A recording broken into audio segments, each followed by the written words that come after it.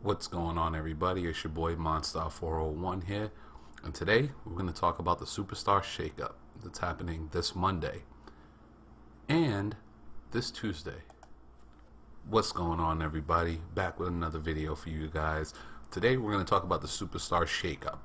Last Monday, Vince McMahon came out on Raw and stated that there was going to be a shakeup in the roster.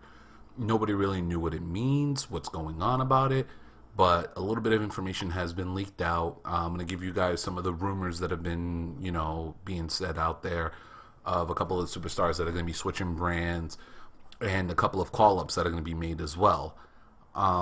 Today we're going to go through that, plus at the very end I'm going to give you guys my predictions on who should be traded, who should be moved, and why it would benefit both shows when moving these superstars around. So first, let's start off with the rumors. Alright, so the first thing that we need to explain is how it's supposed to be done with the shakeup. The rumors so far is that there will be trade signings and as well as NXT call-ups. These rumors have not been fully confirmed because we all know how the WWE is. They'll switch their ideas up day by day or even last minute. So, currently what's being reported, the names that will be going to Raw are, now these guys will be coming from Smackdown over to Monday Night Raw, are AJ Styles, Mojo Rawley, The Miz, The Usos, Carmella, Alexa Bliss, and Dean Ambrose. Now, the names of people that will be going over to SmackDown Live are Kevin Owens, Seth Rollins, The Club, Sami Zayn, The New Day, Braun Strowman, and Charlotte. Now, with the New Day portion of it, the talks have only been to have Xavier Woods and Kofi Kingston go over. Some of the NXT call-ups right now, the two names that have been thrown out there are currently the Drifter, Elias Sampson. If you guys have been watching NXT, you know a couple of weeks ago he lost a match to Cassius Ohno where the loser leaves NXT. And on the very last episode that came out on Wednesday, Elias Sampson was dressed up in a mask as a luchador, even though you can clearly tell that it was him.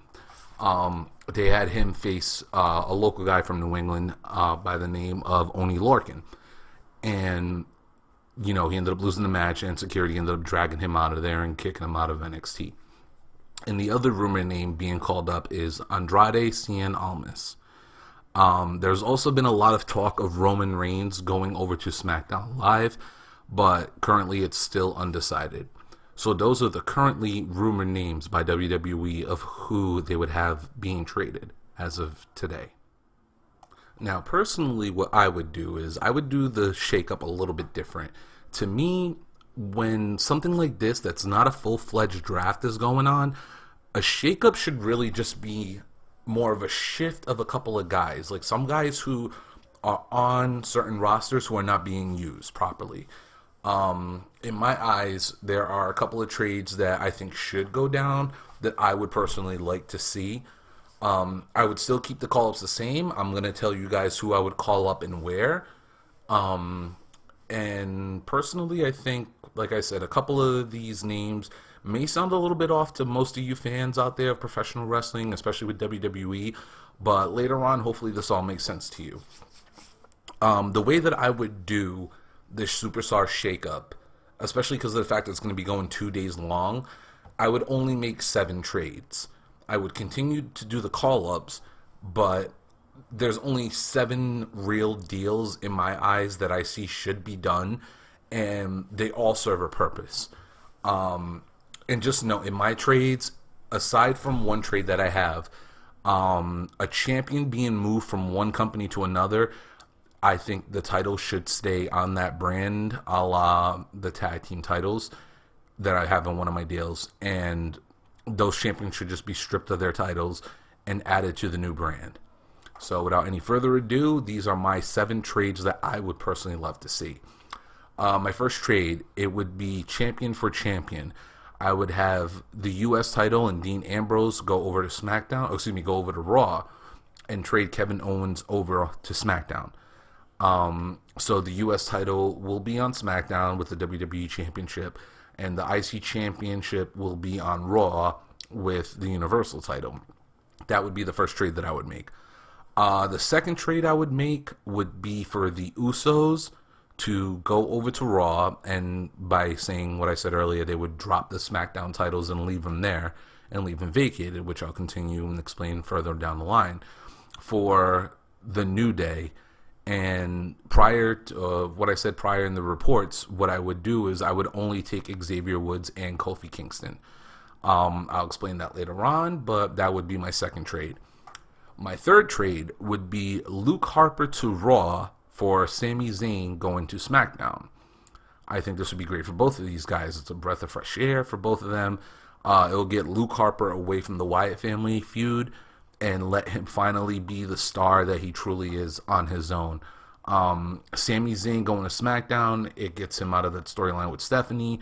It gives him a fresh chance over on SmackDown, an opportunity to actually show himself with a lot of guys who actually can wrestle, because SmackDown has always been the wrestling show, and it will give him better chances to actually feud for titles.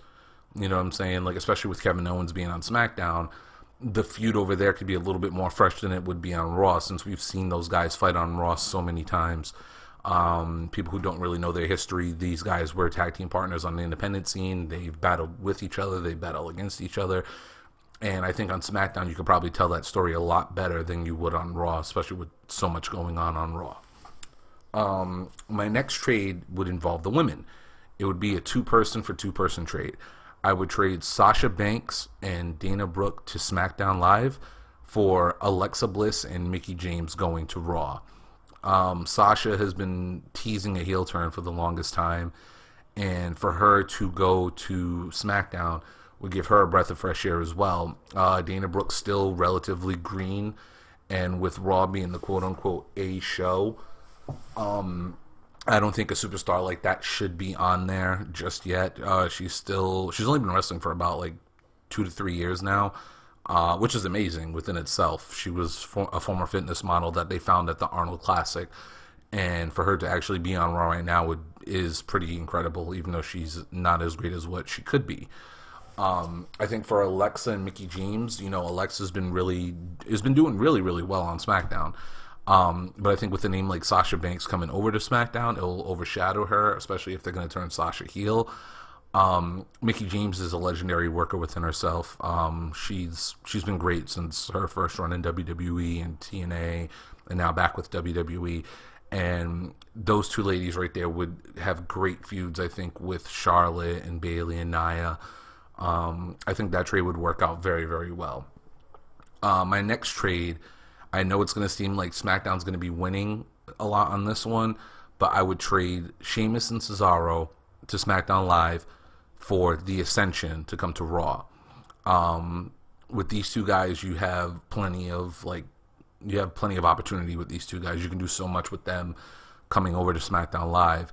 And for the Ascension, with them being on SmackDown and not being utilized, isn't really a good look for them. I think the whole, fake Road Warrior / Demolition / Borderlands appearance has done nothing for the Ascension, especially on SmackDown, because they haven't really used them over there at all. And they're big guys who can work.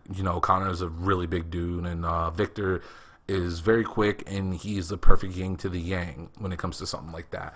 And I think on Raw, building up this tag division, especially with the Hardys and the Club, and you got the Shining Stars, and bringing the Usos over there, they're a relatively big team, so they would look very intimidating if Raw used them correctly. My next trade would be, I know this is going to seem pointless to some, but I'll explain into more detail later on, will be the team of Breezango, Tyler Breeze, and Fandango to Raw for Bo Dallas and Curtis Axel to SmackDown Live. These are two teams that, well, technically 4 guys that WWE has done nothing with. And I think Breezango going to Raw, it's just going to keep them as kind of like jobber material like they were on SmackDown Live. And it's more for the SmackDown Live portion of the trade to get something bigger in Bo Dallas and Curtis Axel, because these two guys have, great history, great pedigree, and these two teams could really do something when they flip-flop over. My last trade, and this is going to be probably my most controversial one, but in the long run it will make sense. I would trade AJ Styles to Raw. I know some people don't want to hear that, but yes, I would trade AJ to Raw for Enzo and Cass. Now, before you kill me, I will get to that shortly, but this trade I think is fair enough. You're trading two guys for one. I am kind of top loading Raw, as you'll notice when I give, my trade results, but it does make a lot of sense going into next year's calendar year for WWE. So, just to recap, Raw would receive AJ Styles, Dean Ambrose, The Usos, Luke Harper, Alexa Bliss, Mickie James, The Ascension, and Breezango. SmackDown would get Kevin Owens. They would get The New Day's Kofi Kingston and Xavier Woods, Sami Zayn, Sasha Banks, Dana Brooke, Sheamus, Cesaro, Bo Dallas, Curtis Axel, and Enzo and Cass. Now, I know I said earlier that I would do some NXT call-ups as well. With the two names being rumored around, what I would do is I would definitely send Andrade Cien Almas to SmackDown, because like I've been telling you guys for a while now, SmackDown is a very character-developed show, and Andrade doesn't really speak much English. He's a Mexican superstar, a luchador who took off his mask. Down there it's a big sin to do something like that. He's one of those guys that's very cocky in the ring, and his gimmick right now is he doesn't care about wins and losses, and it's more about the party lifestyle, getting women, and blah, blah, blah. But in the ring, he's an amazing technician, and he can put on a ton of great matches with the guys that are over on SmackDown right now. For the Raw call-ups, I would throw the Drifter on Raw, even though it really wouldn't do much for him. He would just be another body out there and probably be jobber status. I don't think WWE has a lot of faith in this guy anyway. Personally, I wouldn't call him up, but, with the rumors being what they are, I would give that guy a chance pretty much on Raw. And I would do one more call-up, especially with Raw being a 3-hour show, and the women's division being really thin as is. I would throw two more women into that mix. There have been two girls down at NXT who've improved a lot over the past year. They're not the greatest women wrestlers in the world, but they have a gimmick. And especially on Raw with 3 hours, you need people who can draw you in and have, your attention span, focused on these two women. I'm talking about Peyton Royce and Billie Kay. They've been doing the iconic duo thing down in NXT. And it really is working for them, and, with girls like that who work their ass off and, improve greatly, I think it's time to reward them. And I would actually call them up and put them on the Raw women's roster. Those would be my NXT call-ups. Like I said, Drifter, Billie Kay, and Peyton Royce over to Raw, and Andrade Cien Almas over to... Now, I know what you people might be thinking after all the draft moves that I just made. Like I said, these are my opinions on what I would do with the draft. Again, the Raw side of this draft, Raw's a 3-hour show. There's tons of time to fill it up with either matches or storylines. And I think Raw's finally getting the hint that as much as you want to make this the variety show, the show that, crazy things can happen, you have celebrities, you have musicians, you have all this other stuff going on, what it really needs is some depth. Currently with Brock being the champion, he's not going to be around all the time. He's not going to be someone who's going to be on every Monday, defending his title at every, Monday show, or even just put into matches. With Raw, what you got to do is you got to build, credible contenders.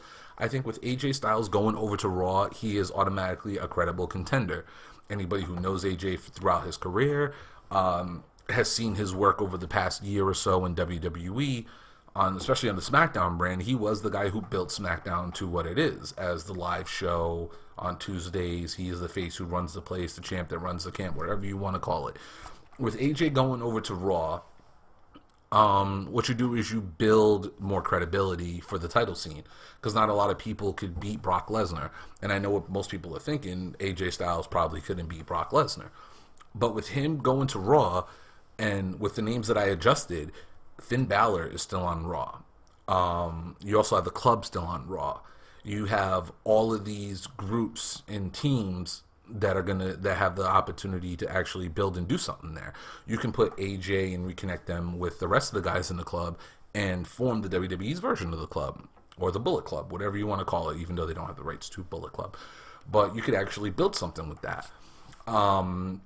You also have, Dean Ambrose coming over, and Vince McMahon has been dying to do a Shield reunion. Even though Roman is being booed out of the building, which, by the way, on Raw, I thought it was the funniest thing. For 15 minutes, the man didn't say a word. He said 5 words and got over as a heel. But you also have the Shield there, so you can do a Shield versus a club at any point with those groups there. Also, with all of these guys coming in, like when I brought the Usos and the Ascension and Breezango, what it did, it's added tag team depth to the Raw roster. With the Hardys coming back, and we don't know how long until the broken gimmick is going to come out with the Hardys, whether it's Matt going solo or, doing the full broken Hardy gimmick with Brother Nero. The Usos are credible contenders. The Ascension, you could literally build these guys up to be credible contenders. You still have the club. Depending on how you want to work Dean and Seth, you can do a Shield tag team. It gives the tag team division on Raw more depth. With Dean Ambrose bringing the IC title over, you're also building a mid-card division. So guys who aren't going to be able to go at Brock are going to be going at Dean, because the IC title is the only singles title on that roster. And you have guys like AJ Styles, Finn Balor. You have, you have guys on Raw right now that could actually do something and go after the IC title and make that title what it used to be back in the 80s and early 90s. The IC champion is the guy next up for a world title shot, even though it's the Universal title, but it's that brand's title. I think it would totally be good having that IC championship there and bringing some of these singles guys over as like a Luke Harper. Or you can split Breezango up and give Fandango, a.k.a. Johnny Curtis, an opportunity to go out there and go for a singles belt. Or even a Tyler Breeze. Let him get over as what he was before, as the pretty boy, Prince Pretty with the selfie stick camera and all that stuff. You have so much time on this Raw show. And with the women that I've added, with Alexa Bliss, Mickie James, and if they were to do that call-up with Peyton Royce and Billie Kay, you can do a Mean Girl stable with any of those girls. You still have Charlotte, you have Nia, you have Bayley on Raw. You have all of these names, plus you just had Emma return. There's rumors of Tamina Snuka coming back, and we don't know if she's either going to go SmackDown or to Raw. I would personally put her on SmackDown. But I think the feud there with the women, it actually makes it more interesting. There's more depth to that division. It's not just one title flip-flopping between two people and then a third person later on down the line for 1 year. You literally have all of these names. You have all of these women who can actually do something with this title and build that division up to what it was before the brand split. I think the moves that I made would definitely benefit Raw a lot better than what it is currently. And it would make it less, of a strenuous 3-hour show to sit there and watch. You have a bunch of people who can be title contenders for any one of the titles that are on the Raw brand right now, currently. Now, SmackDown Live. What we really need to realize is SmackDown Live, even in the prior iterations of the brand split, has always been a show where you're developing characters, you're building people up, you're making people believe that these guys are superstars. And that's always been my thing with SmackDown, and that's one of the reasons why, aside from this year, I've always been a huge SmackDown fan. It's always been the wrestling show. It's always been the show where the better wrestlers come out there and compete. SmackDown Live is indeed a shorter show. It's a 2-hour show, but like I said, it lets you build these guys up. Now, the first elephant in the room was the Usos being taken away from SmackDown Live. I think with the addition of The New Day, with the addition of Sheamus and Cesaro, Bo Dallas and Curtis Axel, Enzo and Cass, what you do is I would set up a tag title tournament, because the first pay-per-view coming up after WrestleMania is a Raw branded pay-per-view. It gives you a few weeks to actually build these guys up and further storylines. You can do a big tournament. You still got American Alpha over there. You still got Slater and Rhino. With the additions, like I said, of Enzo and Cass, with Sheamus and Cesaro, You can do Curtis Axel and Bo Dallas. Depending on how you want to move Bray around, you can put Bray in the tag title tournament with Eric Rowan. There's plenty of names out there that can actually give this tag title tournament a jump start. You know, you got Apollo Crews and Kalisto, who they're doing nothing with, who I really should have put them on Raw.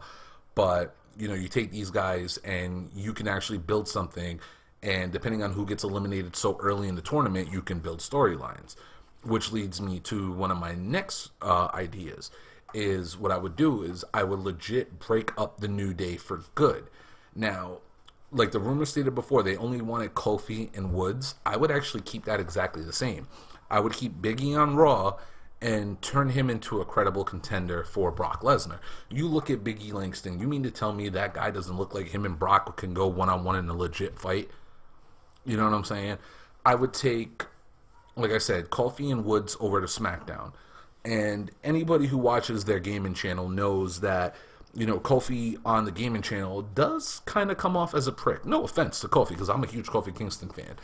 And especially with all that's been going on with Xavier Woods too, with the scandal and all this stuff, I think it's time to build sympathy for Xavier Woods and give him a little bit of a push. Kofi Kingston is an amazing wrestler. The guy is off the hook. The stuff he does in Battle Royals is incredible and mind-blowing. I think Kofi as a heel would be great for his career, because he's gone from the Jamaican gimmick to just being the stale black guy wrestling. He's held the IC title multiple times. He's held the tag titles multiple times. He's a credible guy. And him turning heel can give a lot of these young guys an opportunity to fight somebody, and Kofi can either put them over or build up his heel character. Xavier Woods, he's a very intelligent guy. He's going for his PhD. He's a huge diehard wrestling fan. He's the gamer guy. Little kids love Woods. And I think a feud between Kofi and Woods would do great for both guys. Whether Woods wins or loses, or Kofi wins or loses, it would elevate both of their statuses in the WWE. And on Raw, a lot of people are getting sick and tired of the New Day gimmick. You know, it's very shticky, it's very goofy. Personally, I love it. I'm a New Day fan, no matter what, and I'm still waiting on that damn ice cream. No joke. But I think for both of those guys, it'd be great. Same thing for another team that I brought over, Sheamus and Cesaro. I know they're the number one contenders for the Raw titles, but they could actually have the match on Monday and just blow that feud right out the water. I think with these two guys, you can bring them over to SmackDown Live. Sheamus has always been a better heel than he is a face. You can continue that feud a little bit. It's been a while since that whole Best of 7 series, but I think personally it's time to let Cesaro shine. I've been a huge fan of Cesaro from his Ring of Honor days, from his CCW days, when he was going by his name, Claudio Castagnoli. He's already proven that he can go in the ring and work with anybody, whether they're small, whether they're big. The guy swung around the Great Khali in the Cesaro swing. You know what I'm saying? He's one of the most, if not the most powerful guy in WWE. But he can fly like a cruiserweight, man. Like, people who don't watch WWE and watch him in Ring of Honor know what this guy can do. As much as WWE doesn't want us to know about, you know, a lot of these guys' indie days, if you don't know anything about Cesaro, just Google him. Like I always say on every video, Google somebody. Google Cesaro. Google when he was Claudio Castagnoli. The guy's an amazing wrestler, man. And like they screwed up with him a couple of times. They screwed up with him with the whole We the People thing when he joined Swagger and Coulter.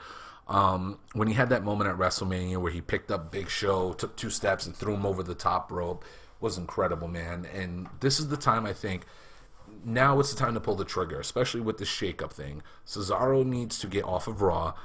He would be better off on SmackDown, and this will be his one shot to actually get a chance to blow up. With Sheamus is a multi-time world champion, which a lot of people don't remember because WWE wants us to think that we have short-term memory. He's an amazing wrestler for a guy his size. He's a credible threat to anybody who's the world champion.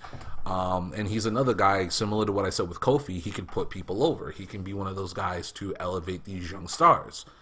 In a feud with him and Cesaro, even though it's been done before, especially on SmackDown, could be a breath of fresh air, like number one title contenders. You know, you could throw these two guys anywhere on the card, whether it's a tag team or independently, and I think they would make a great, great team or a great addition to the singles titles and go after either the US or the WWE Championship. When it comes to my last two guys that stick out like sore thumbs, Bo Dallas and Curtis Axel. I know you guys are thinking, why in the hell would I move these two guys? Because they do nothing as is. The reason I would move these two guys, the first thing is with Curtis Axel, he is a former tag team champion and a former IC champion. The guy has the bloodline from the Hennig family, from his grandfather, Larry the Axe Hennig, and his father, Mr. Perfect Kurt Hennig, hence the name Curtis Axel. I think Curtis Axel is probably one of the most underutilized guys in the WWE. For some of you who don't know, when The Rock was making his comeback to WWE, he was training with Curtis Axel at the Performance Center, doing a lot of his maneuvers, going through, the match scripts and stuff like that. Curtis would definitely be a great addition to the Smackdown roster. And when it comes to Bo Dallas, I see Bo Dallas as probably another guy, one of the most underutilized guys in WWE. In real life, he is the brother of Bray Wyatt. They are the kids of Mike Rotunda, a.k.a. the IRS. And lately in interviews, I know Bray's been talking out of character and has been saying for the longest time that his brother is one of the most underutilized guys in the company, one of the best professional wrestlers in the company, and has been somebody that he's been wanting to work with for a while. Bo's already starting to grow out a beard. We don't really see him on Raw that much anyway, so for him to be shifted over, a lot of people would look at that as, it's a throwaway pick for SmackDown, they're just adding more bodies. But you actually could throw him in the Wyatt family and have Bray take him over, change his mindset, rebuild the Wyatt family in his rendition. You can even throw Curtis Axel in the Wyatt family too, because he's always had that beard as is, and give these two guys something to do. And like I said, tag title tournament, you can have these guys come in there and actually go after the tag titles and make it seem credible. I think with this shakeup, SmackDown could definitely be another one of those character building shows, like it's always been. And in my eyes, I think that would probably be one of the smartest moves for WWE. All of the big names moving around, like the rumor of, The Miz going over to Raw, to me, it would do nothing for The Miz. Mojo Rawley going over to Raw would do nothing for him. Carmella going to Raw would do nothing for her. I think it's best to keep them where they are right now because Miz can help build guys up. Mojo's another one of those guys, big, strong dude who can actually do something until Zack Ryder comes back. I don't think Seth Rollins would do anything over on SmackDown but just be right back in the world title picture and just be stagnant and stale. I don't think Braun Strowman should leave Raw. I think he's a credible contender to Brock Lesnar right now, even though he's been walking out like a little bitch. But those, like I said, those are my opinions on who I would move and who I would keep in their places. I think the Superstar shakeup could be something very interesting if they actually do it correctly. And it's going to be over the span of 2 nights. It's funny how they usually say there's a WrestleMania hangover, but this hangover is kind of like taking another shot or drinking another beer the very next day to keep your body going. Kids, don't listen to that. Drink your apple juice. But in all honesty, I think this is going to be very interesting until they decide to actually do another full-fledged draft. Plus, we can't forget the additions of Nakamura and Ty Dillinger over to SmackDown. Bringing a couple of these guys over, it's definitely going to elevate them. On Raw, you brought the Revival over, and that's more tag depth, like a lot of the guys that I brought over from my draft predictions. I think it would definitely make the show very more interesting. It make both shows very watchable. Like I say, as much as people complain about Raw being 3 hours, it's a hard thing to stay up for. Like I personally, I work and I get up early in the morning, so for me to stay up for that 3rd hour of Raw usually sucks. For the most part, Roman Reigns is on it, so I actually can get some sleep. But with all of these additions and these switch ups, and if they actually do something with the people that they are planning on moving, would definitely make both shows very interesting in my eyes. So that was my idea of the Superstar shakeup. I can't wait for tomorrow to see what actually happens. Yeah, so if you guys like this video, please leave a like, subscribe, share with your friends, share with your wrestling friends.